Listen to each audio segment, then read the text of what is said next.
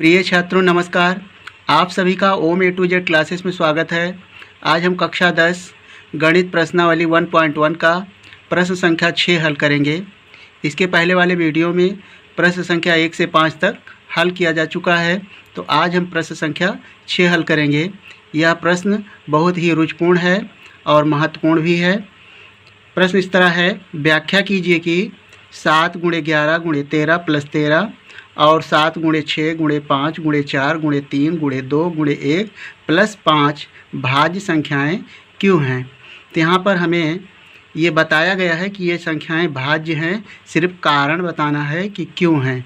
तो आइए प्रश्न को हल करते हैं। यहाँ पर हम 1 मिनट रफ कार्य करेंगे और ये समझेंगे कि भाज्य और अभाज्य संख्याएं क्या हैं। यहाँ पर हम भाज्य लिखते हैं। भाज्य, आप एक संख्या लें 4, 6 और 8।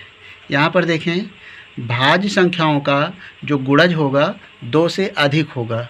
यानी 4 है तो 4 का जो फैक्टर होगा 1 × 2 × 2। यहाँ पर हम देखते हैं कि यहाँ संख्या 2 से अधिक है। इसी तरह इसका भी फैक्टर होगा 1 × 2 × 3 और 8 का 1 × 2 × 2 × 2, 2 दूना 4 दूनी 8। इस तरह हम समझ सकते हैं कि भाज्य संख्याएं वे हैं जिनका 1 से यानी 2 से अधिक गुणज है। अब देखें अभाज्य संख्याएं।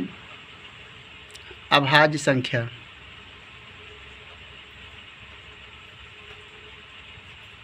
अभाज्य सबसे छोटी अभाज्य संख्या है 2।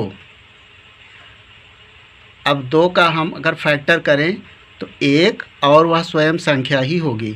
यानी जो अभाज्य संख्याएं हैं उनका केवल 2 गुणज होगा, 2 से अधिक गुणज नहीं हो सकता। दूसरी अभाज्य संख्या 3 है, इसका भी गुणज होगा 1 × 3 यानी स्वयं संख्या और 1। इसी तरह 5 भी अभाज्य संख्या है तो इसका गुणज होगा 1 × 5। तो यहाँ पर हम ये देखते हैं कि अभाज्य संख्याएं जिनका गुणज 2 से यानी 2 है वह अभाज्य संख्या है, 2 से अधिक नहीं होगा।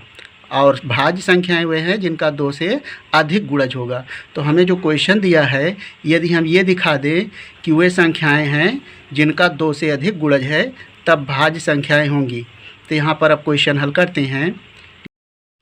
प्रश्न संख्या 6 है,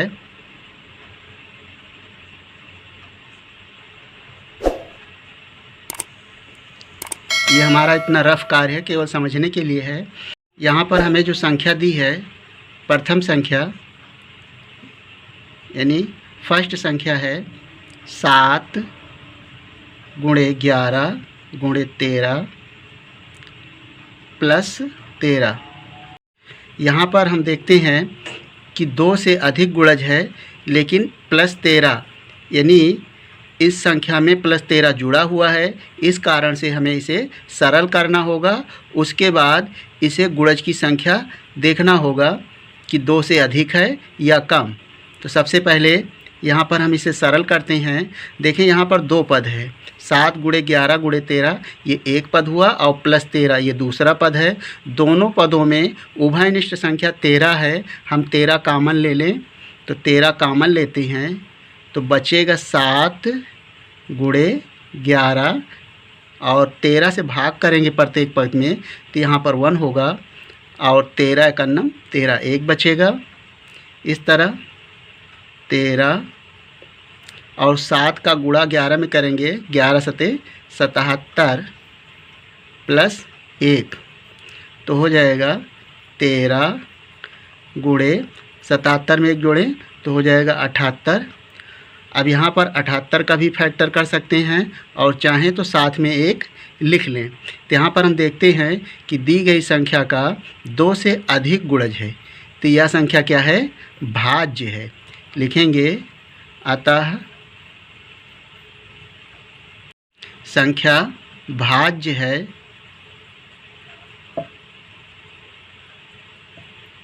क्योंकि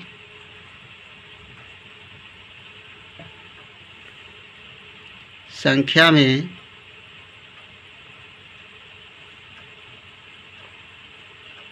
दो से अधिक गुणज हैं। दूसरी संख्या है जो हमें दिया है, इस तरह है 7 गुणे 6 गुणे 5 गुणे 4 गुणे 3 गुणे 2 गुणे 1 और प्लस 5। यहाँ पर हम देखते हैं संख्याओं का एक से अधिक गुणज है, लेकिन साथ में 5 जुड़ा हुआ है। इस कारण से हम प्लस जोड़ेंगे इन संख्याओं का गुणा करके। तो यहाँ पर हम देखते हैं कि संख्याओं में जो उभयनिष्ठ संख्या है वह 5 है। यहाँ से यहाँ तक एक पद है और दूसरा पद 5 है, तो दोनों संख्याओं में उभयनिष्ठ संख्या 5 है।